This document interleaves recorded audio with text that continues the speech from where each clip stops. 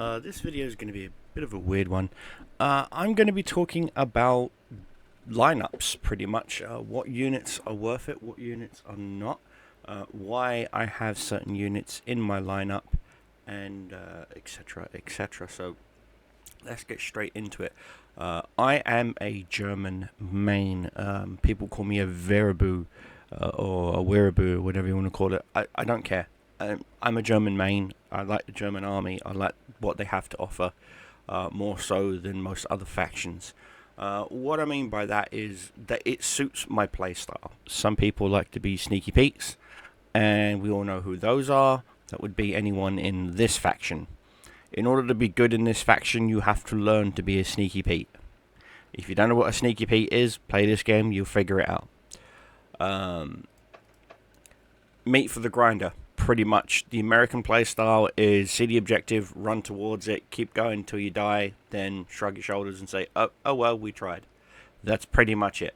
Think Klingons from Star Trek. In the battle for Deep Space Nine, there's several scenes where Klingons just run straight into phaser fire and just get mowed down because they saw it as an honorable death.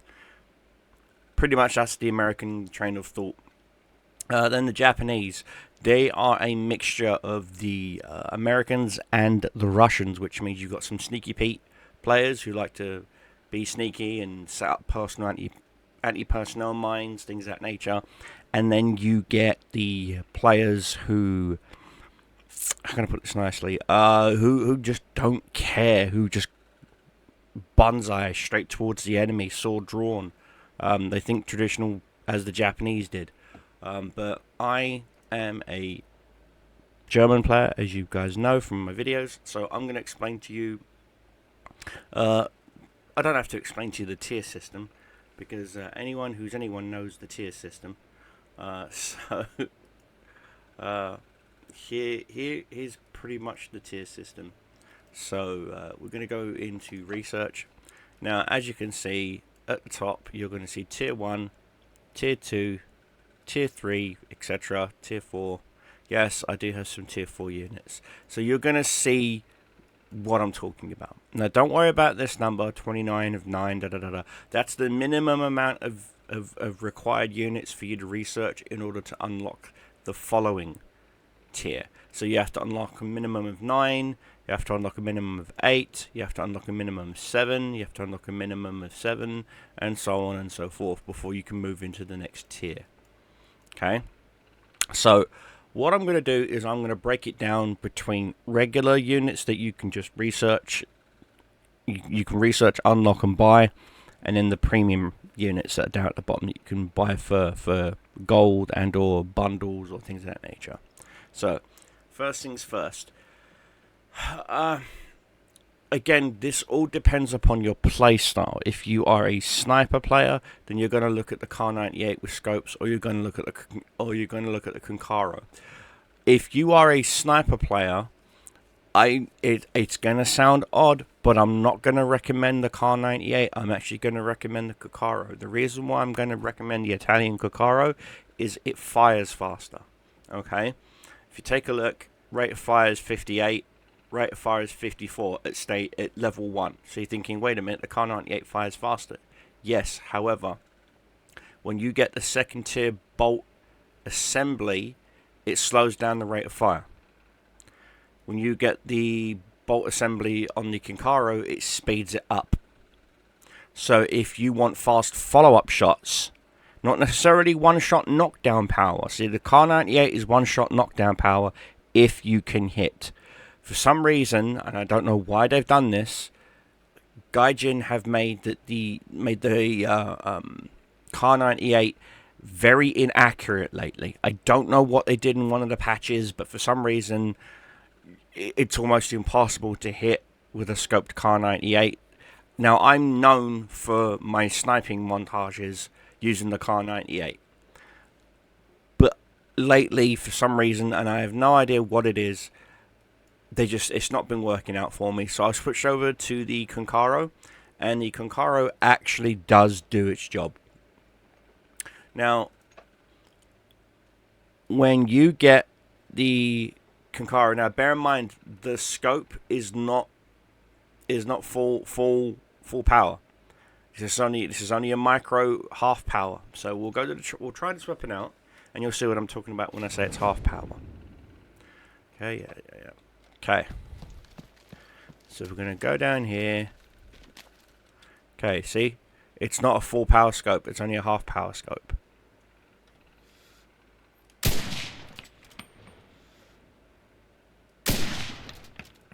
But you can see the follow-up shots are amazing. And the reload on it is pretty quick too. See?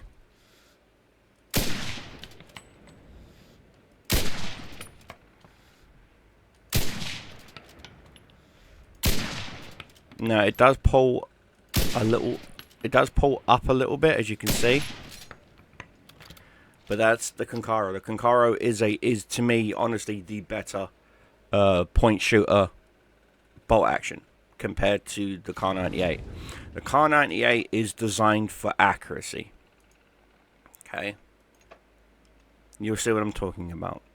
Kar 98. I think this comes with the Duplex 6. No, it's Duplex 8. And you'll see what I'm talking about. So here. See, the round is going above where you're aiming, so there's definitely a parabolic arc.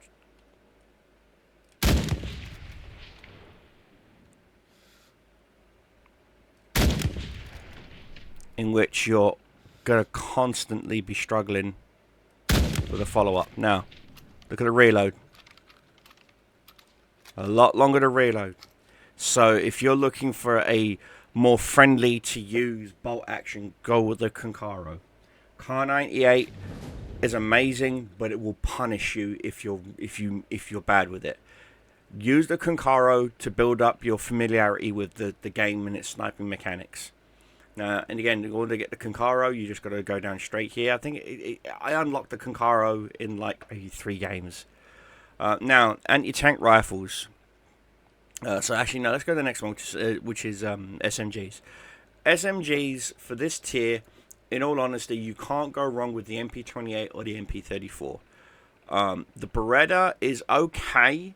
You get the Beretta, or a variant of it, with the premium paratroopers. It's a good low recoil, low damage gun that rewards... How can I put this nicely? It rewards a lot of burst fire. We've taken control point Bravo. We've captured Alpha.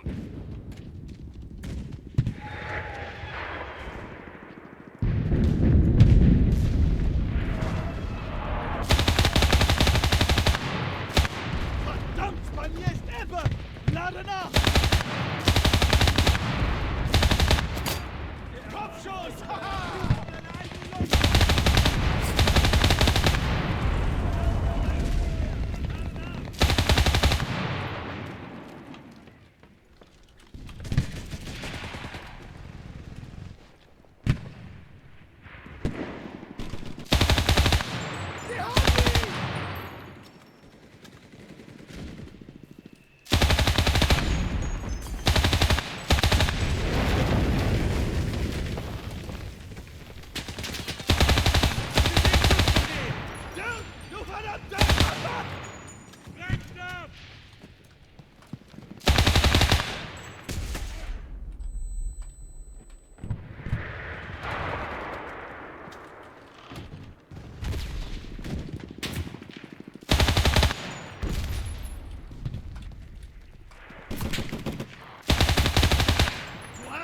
Nicht genug?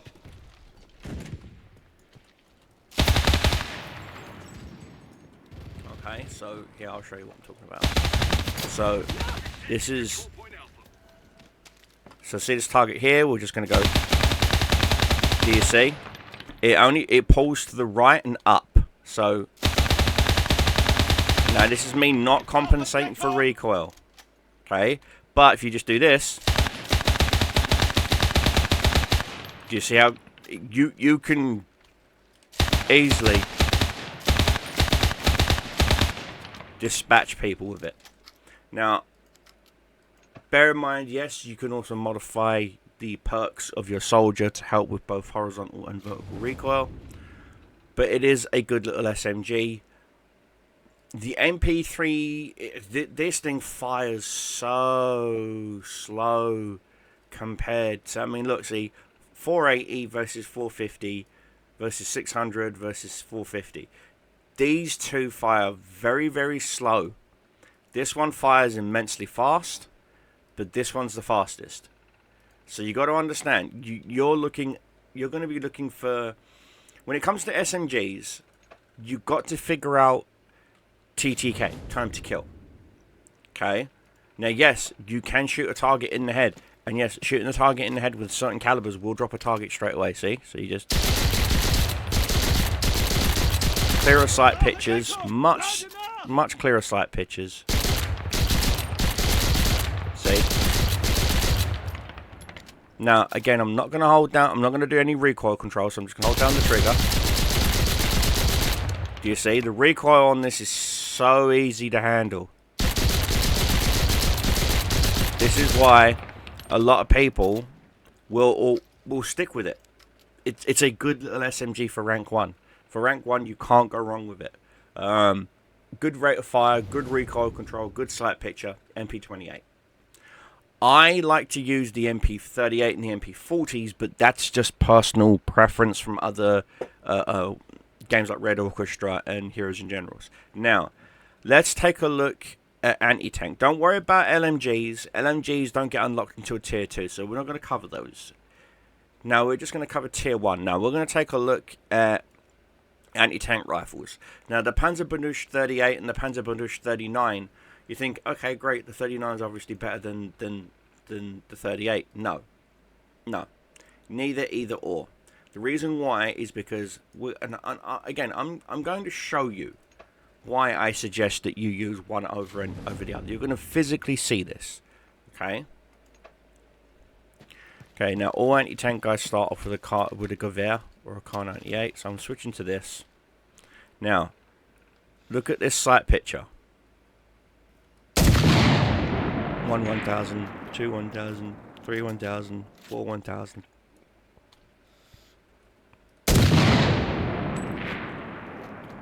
The reload on this thing is a little bit drastic, but you get the point. I use it as an anti-personnel sniper. I use it as a one-and-done sniper rifle. Literally. You would be amazed at the amount of times I've got more kills with this using it as a sniper rifle. And you think, but there's no optic. No, there isn't an optic for it. And yes, you can mount it. And it is incredibly accurate. But then again, you don't have to be accurate with this thing. You can aim center mass, and you'll still drop them. This weapon will one-shot kill any soft target. So, as an anti-tank sniper rifle, yeah, if you get on top of the engine deck, aim down and shoot, you can disable the engine. Or if you get on top, in fact, you know what?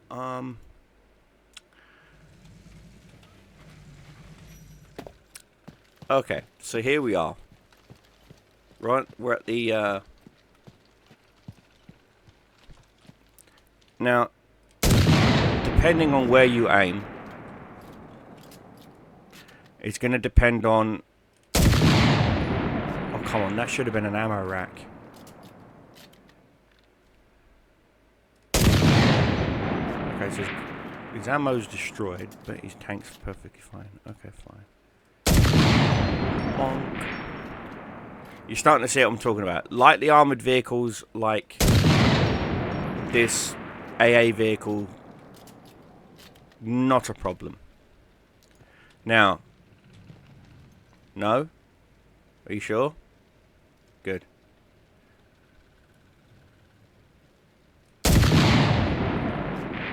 And yes, you can punch through certain vehicles. You just got to know where to aim. But yes, you can punch through. Like the old shot of taking out the commander and da-da-da-da-da. Now, Soviet vehicles will give you a problem. See? Now he'd be going nowhere because I've disabled his engine.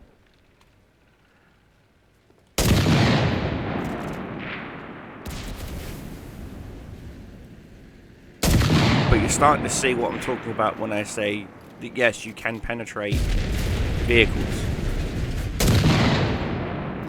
But you've got to be damn near right up their bum. See? And if the angle is off, even for a minute, but you can go through.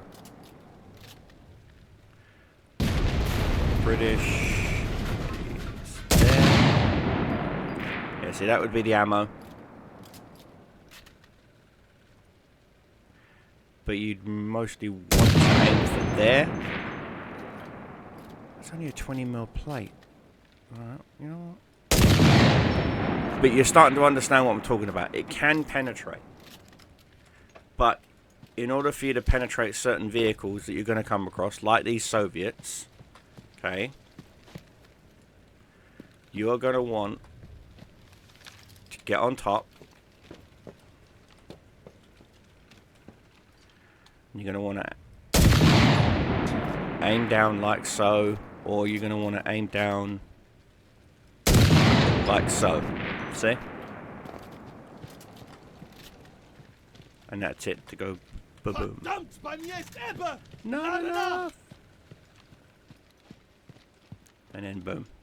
Okay, so again, aim at the engine deck. Missed the engine.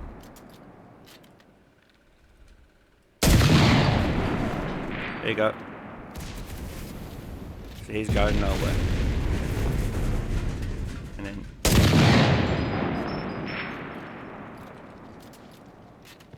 now I like to aim for right there. But of course, if you know how to kill a T-28 tank, you know to aim right there. Now, another Soviet tank you're going to come across is this one, which is the T-50. Again, engine deck, sorted.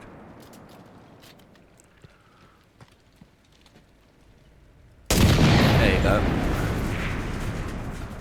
You can do it. See, he's going nowhere now.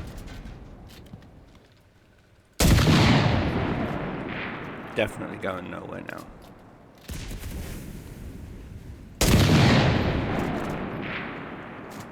So, yes, anti-tank rifles can be used, but you've got to be up the tank's nose, technically.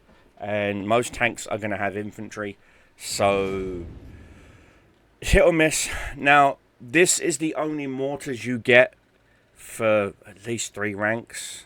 Let me double check. Yeah, rank 5. That's the only mortars you get, so good luck. They're okay, they're fun weapons to use, but because this game is all about capping and decapping, things of that nature, it's very rare that you're going to be able to set up with your mortars and be effective, because you need your allies to point out certain units, like where the enemy's pushing, or case in point, most of the caps are usually inside buildings, so that means mortars are going to have a hard time killing anyone. But you can get a few good juicy kills with it. Tanks wise, I always suggest that people go with the Panzer III, Panzer IIIJ in particular, at this tier. The reason why is the Italians are Italian. If you really truly want to have fun,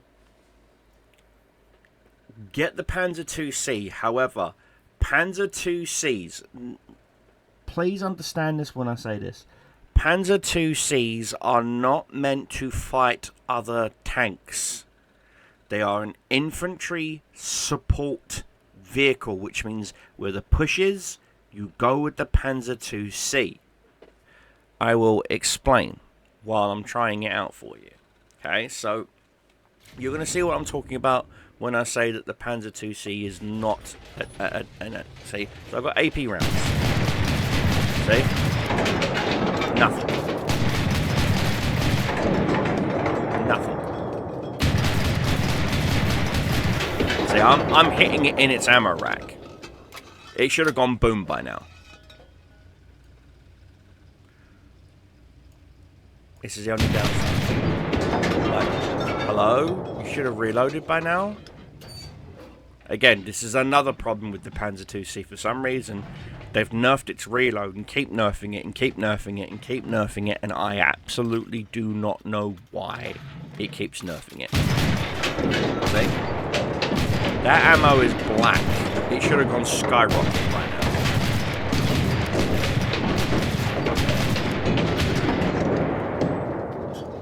But it hasn't. Because, like I said, lightly armored vehicles, like this,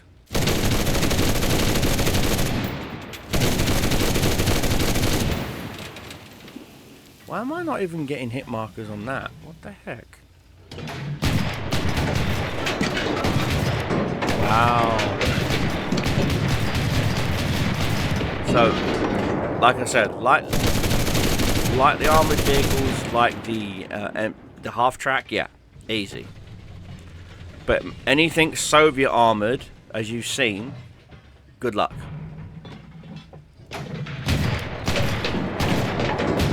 The luck's out there with that shot.